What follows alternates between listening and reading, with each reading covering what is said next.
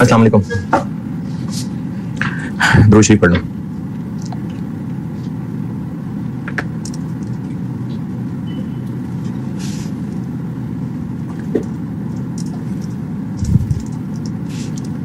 अच्छा, मैंने ना SOCI कराई थी और SOCIE सोसी ये करानी है, और वही जो मास्टर क्वेश्चन किया था SFP में, उसी को मैंने SOCI के लिए करके दिखाना है। काम आप अभी ये कर दें तो अच्छी बात है। SOFP वाला मास्टर क्वेश्चन पढ़ें, सारा SOFP वाला, उसका सॉल्यूशन अगर रजिस्टर में मौजूद है तो वो देख लें, खुद सॉल्व किया हुआ देखेंगे तो ज्यादा जल्दी रिवाइज हो जाएगा। अगर रजिस्टर में नोट ही नहीं किया था तो किताब वाला देख लें, क्योंकि वहां से मैंने बात आगे चलानी है। तो SOFP वाले पोर्शन का मास्टर क्वेश्चन जो मैंने बोर्ड पे किया था 2 दिन पहले, वो सवाल पढ़ लीजिए, दोबारा पढ़ लीजिए और उसका सॉल्यूशन अच्छी तरह दोबारा देख लें। फिर चलता हूं आगे।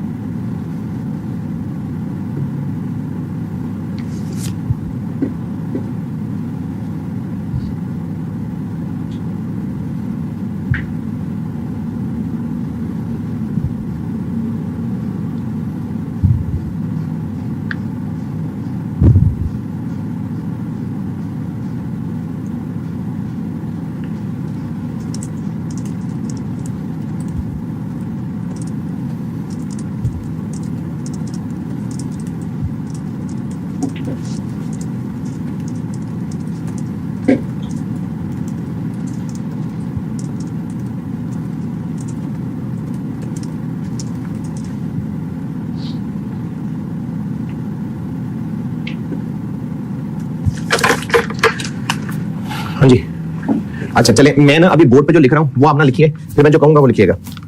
मुझे आप रिटेन अर्निंग की वर्किंग बोल दें, उस सवाल में रिटेन अर्निंग की सारी वर्किंग बोल दें। वर्किंग टू रिटेन अर्निंग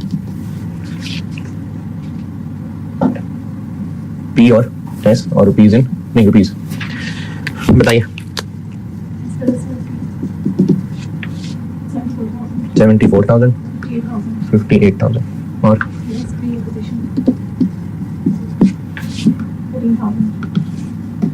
आगे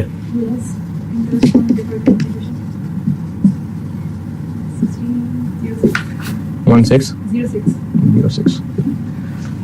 अच्छा ये ब्रैकेट भी बता दे।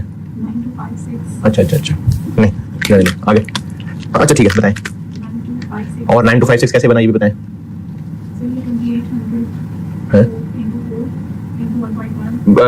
एक्विजिशन डेट को मैंने शायद 2 साल बनाया था। हाँ, तो एक्विजिशन डेट पे क्या थी? 7650। तो इसको मैंने 1.12 माइनस 765 ये किया था ना, ऐसे बनता है ना ये, है ना। चलें आगे चलें। Fair value loss on contingent consideration 14,900। अच्छा ये जी जी, ये कैसे बना था? ठीक है ठीक है, आगे नहीं रहने दें, आगे। एड गेन ऑन लैंड, ये वो है जो शेयर्स खरीदते हुए लोगों को दी थी ना जी। 2000 कमीशन था ब्रोकर का 1400। आगे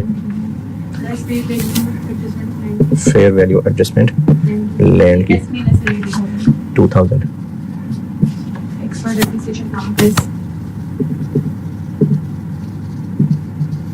अच्छा इसका ब्रैकेट बताएं। into 2/5 1200 negative. आगे ब्रांड की ना 12,000 into 2/5 जी 4800। और कंटिंजेंट लायबिलिटी 7,000 एक्विजिशन डेट की थी जी। तो हमने नहीं, एक्विजिशन डेट की फेयर वैल्यू थी, तो उसको फिर हमने क्या किया कि यहां से यहां ऐड बैक किया। चल आगे, कितनी लाइनें और चल बताएं। लेस यूआरपी ऑन गुड्स जी, ब्रैकेट रहने दीजिएगा। हाँ जी 1800 और एस के 2000। अच्छा आगे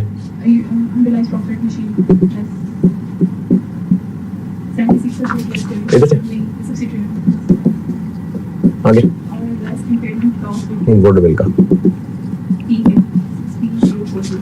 16,040 और गुडविल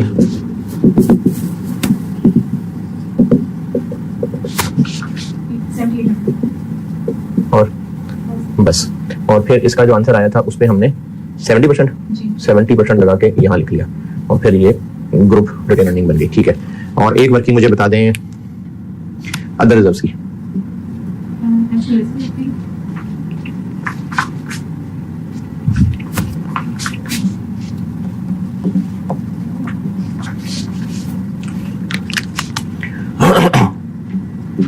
जी 9,000, 7,000,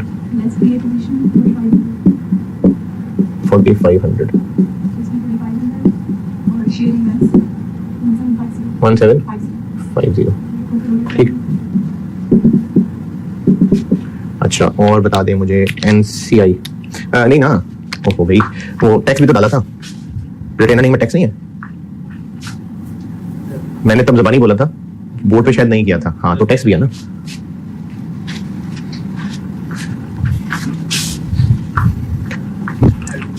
ऐड था, लेस था, ऐड था। इधर कितना था? 800 था। यहाँ कितना? 4 डबल, दोनों ऐड थे। ठीक है, और इसका 70 यहाँ आ गया, ये हो गया। अच्छा अब मुझे NCI बता दें। वैल्यू एड एक्विजिशन 25,950 और अदर रिजर्व में इसका 30%, वरना वैल्यू ना बताएं, और रिटेन अर्निंग में नहीं, सॉरी अदर रिजर्व में इसका 30% और इसका 30%।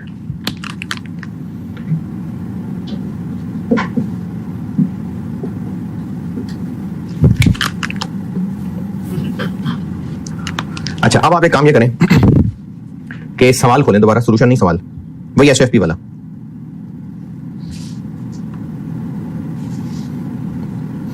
और हम किस साल का सवाल सॉल्व कर रहे थे? 2020, 30 जून 2020। एक्विजिशन कब है?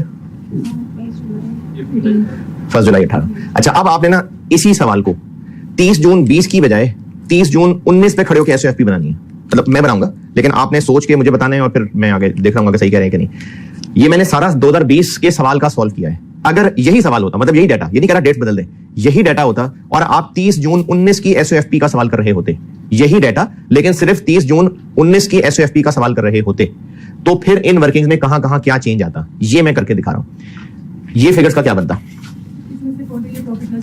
हाँ मतलब हमने अपने इस सवाल को इसी डाटा में से 30 जून 19 का सवाल सॉल्व करना है, तो SFP तो आपको 2020 की दी हुई है, लेकिन डाटा है, हम 2019 तक जा सकते हैं। कैसे जाएं? 20 का प्रॉफिट लेस कर दें और डिविडेंड है तो ऐड बैक कर दें।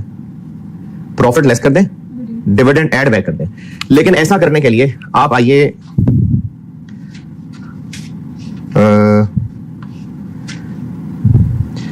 SOCI वाले प्रैक्टिस सेट में।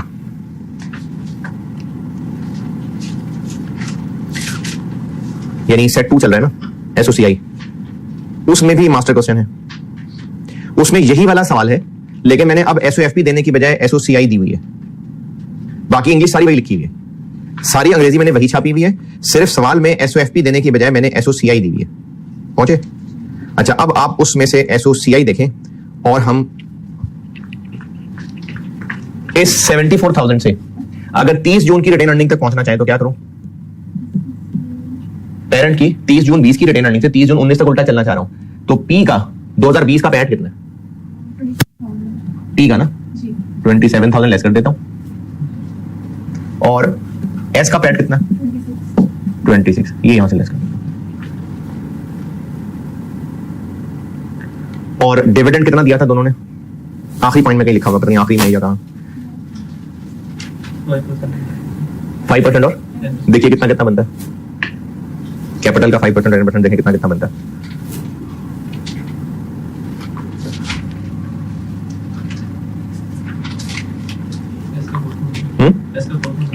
S का 4,000 और इसका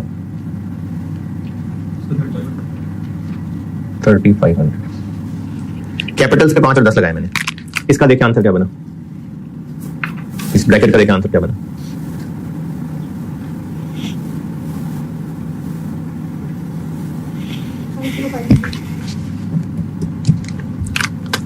$5,000 और इसका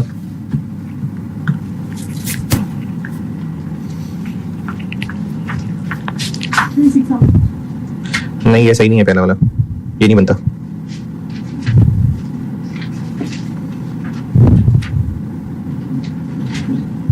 एस का कितना बन रहा है? 36,000। ये पी का कुछ गड़बड़ है, पी का ये नहीं आता।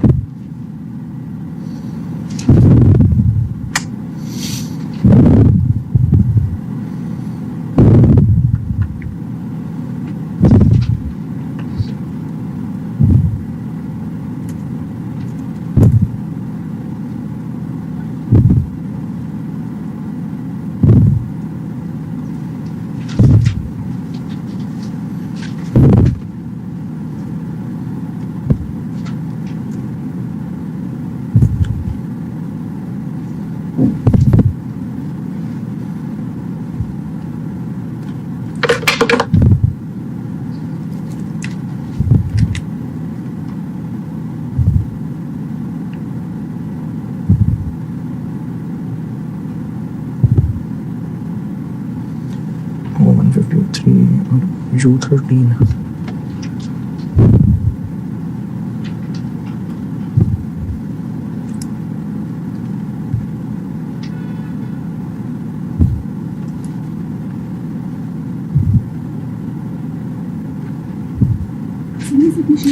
सिर्फ 1 मिनट।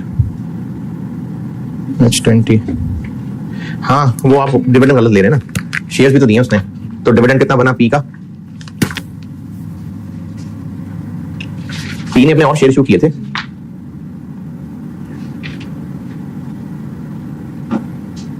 आंसर में पी का कैपिटल कितना आ गया था एसएफपी में, अगर ब्रैकेट बंद किया था तो? हाँ, तो 81 के ऊपर लगाएं 40। अब देखें क्या बना।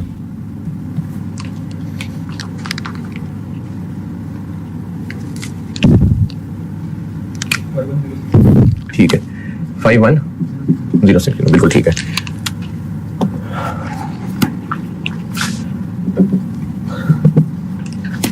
अच्छा, अब ना आपने सवाल को, एसओएफपी वाले सवाल को ही पढ़ के, एसओएफपी वाले को, इस वर्किंग को ऐसे चेंज करवाना है मुझसे कि अगर 30 जून 19 की एसओएफपी का सवाल कर रहे होते तो इसमें क्या क्या आता। 30 जून 19 एसओएफपी का सवाल कर रहे होते तो 30 जून 19 की एसओएफपी में ये रिटेन अर्निंग आ रही होती, ठीक है, ये रिटेन अर्निंग आ रही होती, ये रिटेन अर्निंग आ रही होती, और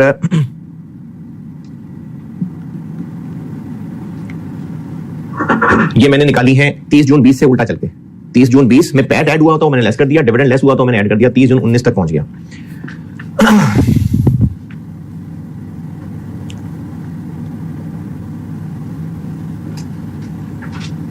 सही।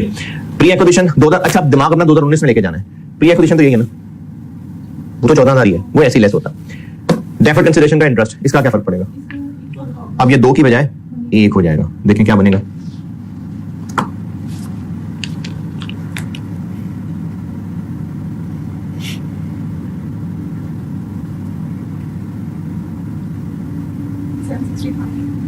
सेवन 6 5 ये हो जाएगा।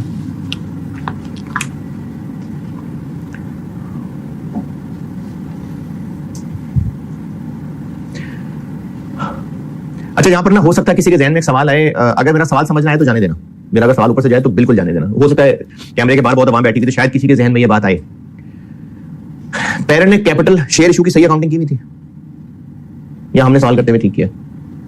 हमने ठीक किया ना, पेरेंट ने तो शेयर एक्सचेंज की अकाउंटिंग नहीं की हुई थी, वो तो हमने ठीक किया। तो फिर पेरेंट ने डिविडेंड की अकाउंटिंग कैसे सही कर ली होगी? नहीं, वो डिविडेंड तो रिकॉर्ड हुआ था, मैं तो मैंने कहा था दोनों ने रिकॉर्ड किया हुआ है, तो पेरेंट ने फिर सही डिविडेंड की रिकॉर्डिंग कैसे कर ली है? उसने तो वो भी गलत की होगी, है ना। लेकिन डिविडेंड ऐसे नहीं बढ़ता कि ऊपर कैपिटल की फिगर नजर आ रही है उस पर 3% लगा दो, ये तो हम सवाल करते हुए कर रहे होते हैं। असल में तो शेयर होल्डर रजिस्टर और सारा उसके अंदर रिकॉर्ड और उन लोगों को, और ये तो मैनेजमेंट सोचती है अच्छा कितना डिविडेंड मानते, चलो 5 रुपए डिविडेंड मान देते हैं। अब वो 5 रुपए बैलेंस शीट देख के थोड़ी बनता है, वो तो शेयर होल्डर रजिस्टर में पूरी रिकॉर्डिंग आ रही होगी। अकाउंटेंट ही सारी जिंदगी का काम नहीं कर रहा होता। जब लोगों को शेयर इशू हुए होंगे, शेयर तो इशू हुए होंगे ना, या उनको कहा होगा कि बस समझो दे दिए शेयर जाओ, शेयर तो लीगली इशू हुए होंगे। तो जब लीगली इशू हुए होंगे तो एसईसीपी वाला सारा लीगल प्रोसीजर तो चला ही होगा, है ना। वो लीगल प्रोसीजर चला होगा, उनको शेयर इशू हुए होंगे, रजिस्टर में लोगों का नाम आया होगा, नाम एड्रेसेस होंगे, जब डिविडेंड देना होगा तो उनके नाम एड्रेसेस देख के उनको डिविडेंड दिया जाएगा। तो डिविडेंड की कैलकुलेशन भी अकाउंटेंट नहीं कर रहा बैठ के, जो कॉर्पोरेट डिपार्टमेंट के लोग हैं तो वो काम कर रहे हैं, वो कहेंगे जी टोटल इतना डिविडेंड बनता है, अकाउंटेंट कहेगा okay retain earning debit dividend payable credit. वो तो हम सवाल करते हुए कैपिटल के ऊपर 5% लगा रहे होते हैं, तो डिविडेंड सही रिकॉर्ड स्टिल हो सकता है हो गया हो, अगर सवाल ऊपर से गया तो जाने दें। अच्छा ये ठीक कर लिया, इस पे आए 2019 में ये लाइन ऐसी होती या होती ही ना?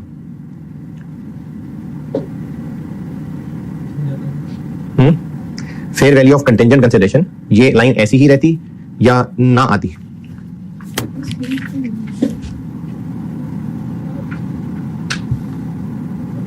जी अपडेट तो होनी है, लेकिन ये अपडेशन कब हुई है? ये तो 2020 में हुई है, और 19 में फेयर वैल्यू चेंज हुई थी, इसके बारे में मैंने कुछ बताया सवाल में?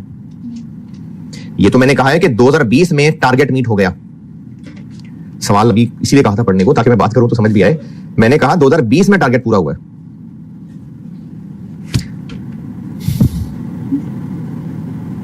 और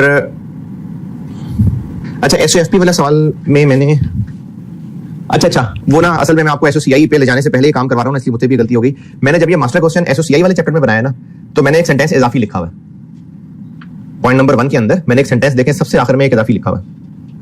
जब यही मास्टर क्वेश्चन एसओसीआई वाले चैप्टर में है तो उसमें अदर इंफॉर्मेशन पॉइंट नंबर 1 के आखिर में सेकंड लास्ट सेंटेंस, पॉइंट 1 ही का आखिर, पॉइंट 1 की लास्ट लाइन।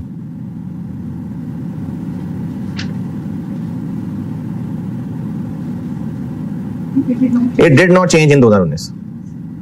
2019 में fair value of contingent consideration change नहीं हुई, तो फिर वो लाइन नहीं आएगी, ये लाइन नहीं आएगी, ये लाइन नहीं आएगी। ठीक है,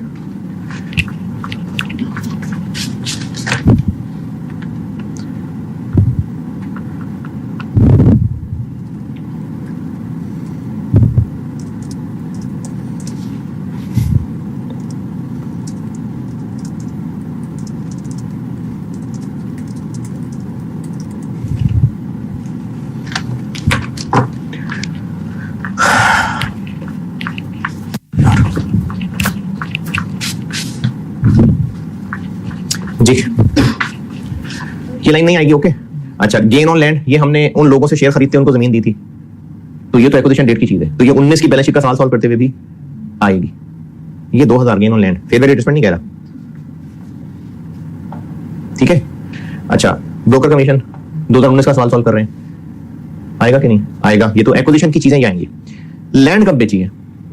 20 में बेची। 2019 का सवाल सॉल्व करते हुए ये वो वाली बात नहीं थी कि फेयर वैल्यू एडजस्टमेंट वाला एसेट बेच दिया, नहीं बेचा हुआ था।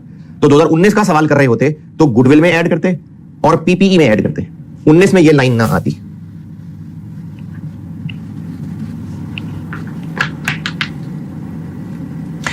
प्लांट की फेयर वैल्यू एडजस्टमेंट की एक्स्ट्रा डेप्रिसिएशन 1 ईयर, ब्रांड की अमॉर्टाइजेशन 1 ईयर, तो ये 1200 की बजाय 600 और ये 48 की जगह 2400।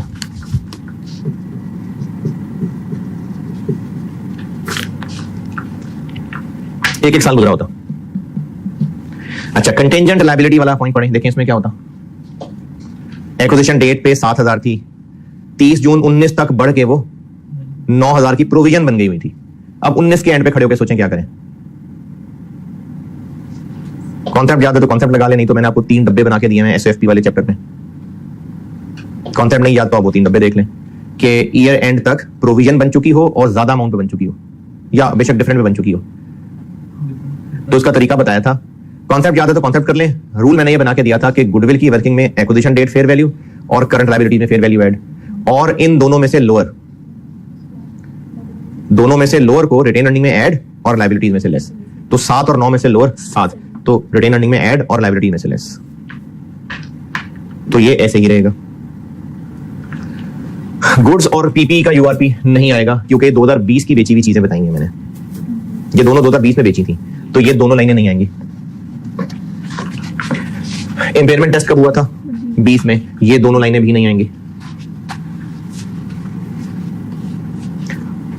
और टैक्स का मुझे याद नहीं, मैंने ये ऑन कैमरा बोला था कि ऑफ कैमरा बोला था कि बेशक IAS 12 में पढ़ाऊंगा, लेकिन आप ऐसे देख ले कि हम लोग जो कुछ भी एडजस्ट कर रहे हैं तो इनकम एक्सपेंस को ही एडजस्ट कर रहे हैं ना। तो इनकम एक्सपेंस एडजस्ट कर रहे हैं तो टैक्स भी एडजस्ट हो जाएगा। तो जो हमने पी के अंदर इनकम एक्सपेंस एडजस्ट किए हैं उस पर टैक्स रेट लगा के इस कॉलम में एडजस्ट, और जो हमने एस में इनकम एक्सपेंस एडजस्ट किए हैं उस पर टैक्स रेट लगा के इस कॉलम में। अब मुझे ये नहीं याद कि मैंने ऑन कैमरा बोला था कि ऑफ कैमरा बोला था। चले टैक्स वाली फिगर अगर स्टिल आप इसको छोड़ना चाहें तो जब आई स्टिल पढ़ेंगे तब सही। इसके अलावा इन फिगर्स पे बताएं बात समझ आई जो मैं कर रहा हूं कि नहीं। अगर हम 30 जून 19 का सवाल सॉल्व कर रहे होते तो रिटेन अर्निंग्स ये रह जाती।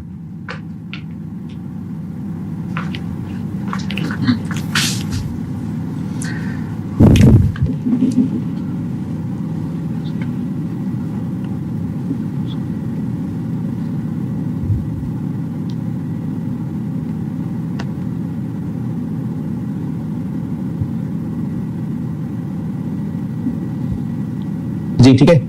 अच्छा अब मैं आपको खुद ही फिगर बता देता हूं। 350 ये बनता है और 1000 ये बनता है टैक्स। 350 और 1000। तो एस का कॉलम क्या बन गया?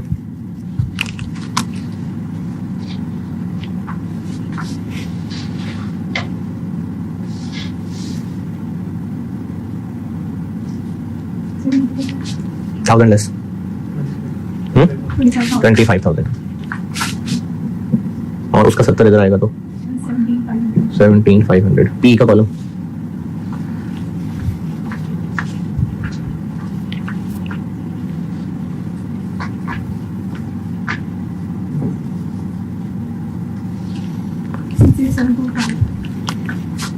सिक्स एट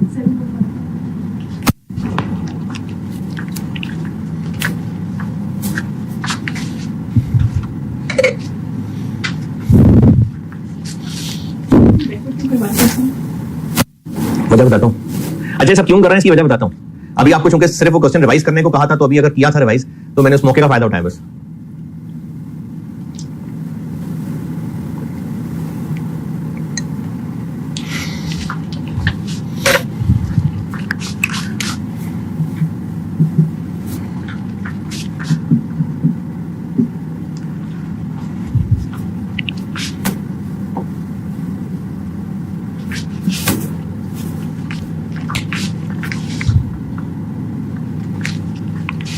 क्या क्या एडजस्टमेंट किए हैं?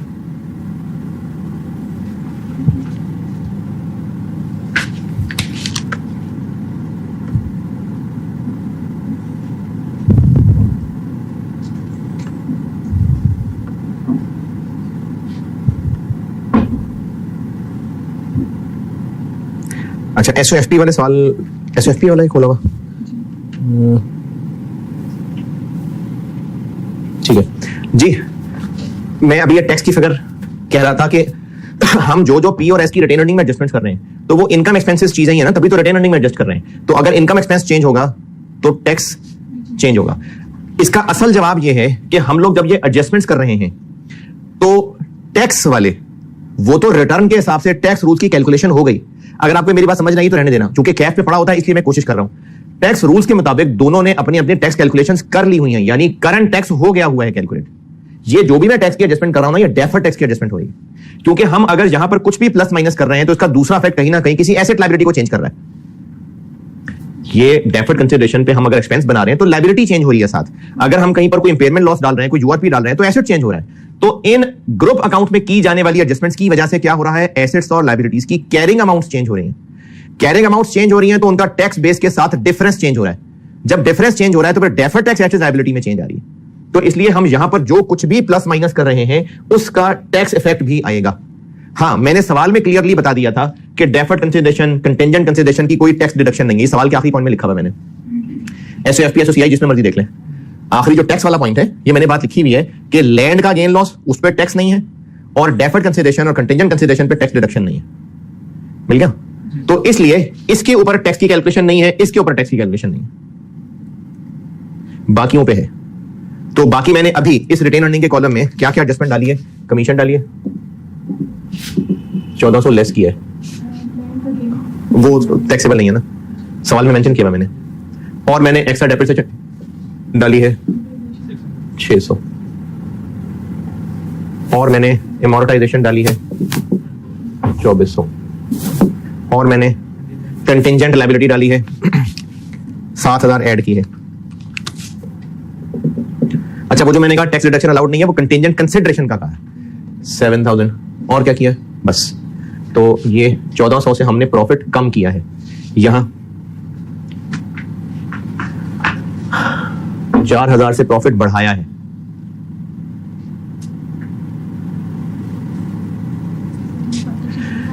%25 टैक्स रेट है। प्रॉफिट कम किया है तो टैक्स भी कम होगा, प्रॉफिट बढ़ेगा तो टैक्स भी बढ़ेगा। देखें, प्रॉफिट कम होगा तो टैक्स भी कम होगा, प्रॉफिट बढ़ेगा तो टैक्स भी बढ़ेगा। अब ये है, मैं कह रहा हूं टैक्स कम और टैक्स ज्यादा, तो जब टैक्स ज्यादा होगा तो रिटेन अर्निंग, टैक्स और ज्यादा होगा तो रिटेन अर्निंग से माइनस ही होगा ना। टैक्स कम करेंगे तो प्रॉफिट बढ़ ही जाएंगे। अदर रिजर्व वर्किंग पे आते हैं। अगर 2019 का सवाल सॉल्व कर रहे होते तो ये फिगर्स बदल जाती, इनको एक साल पीछे ले जाएं। ये क्यों बढ़ी हैं? 2020 का OCI इनमें ऐड हुआ है, तो SOCI वाले चैप्टर में आए, सेट 2 देखें SOCI के फेस पे। इस 9,000 में क्या ऐड हुआ है OCI, वो निकाल देते हैं, और इस 7,000 में क्या ऐड हुआ है वो निकाल। तो साल पुराने फिर अगर बैलेंस शीट का सवाल होता तो उसमें अदर रिजर्व्स आ रहे होते P के और इसके,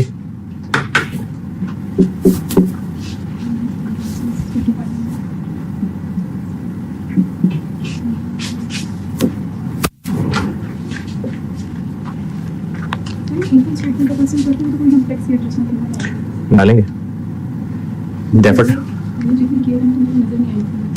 इन प्रैक्टिस क्वेश्चन में। तो मैंने ये डाला ही मास्टर क्वेश्चन में से, पीछे टैक्स कहीं नहीं डाला हुआ। मैंने मास्टर क्वेश्चन से पीछे किसी में टैक्स नहीं डाला हुआ, क्योंकि कैफ लेवल पे ये टैक्स नहीं था। तो अभी तो मैं आपको मेनली कैफ रिवाइज करा रहा था, तो कैफ लेवल पे टैक्स नहीं होता था, लेकिन सीफैप में है। और कंसोलिडेशन के कोई एक सवाल में तो बड़ा अच्छा तगड़ा है और एक में भी थोड़ा बहुत है, तो इसलिए ये मैंने आपको सीफैप का टच देने के लिए बीच में टैक्स डाला। अच्छा जी, अदर रिजर्व में इन के ऊपर 30 और रिटेन अर्निंग में 25,000 के ऊपर 30, 300 और 7,500, तो NCI बन गई 33750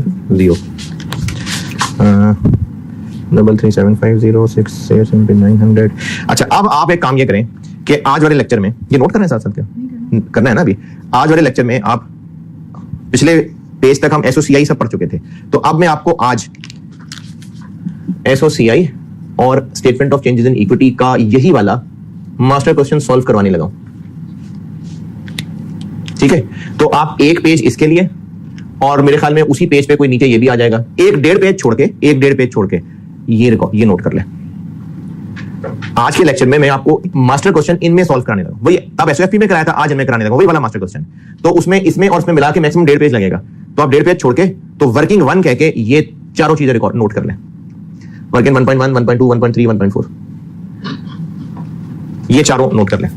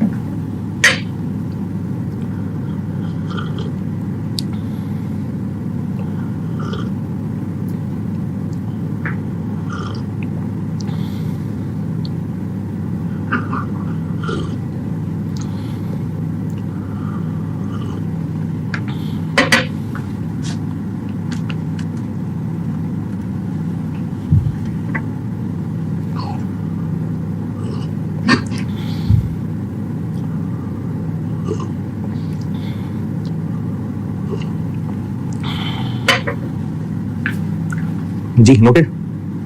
इसमें कुछ फिगर पूछनी है तो पूछ लें।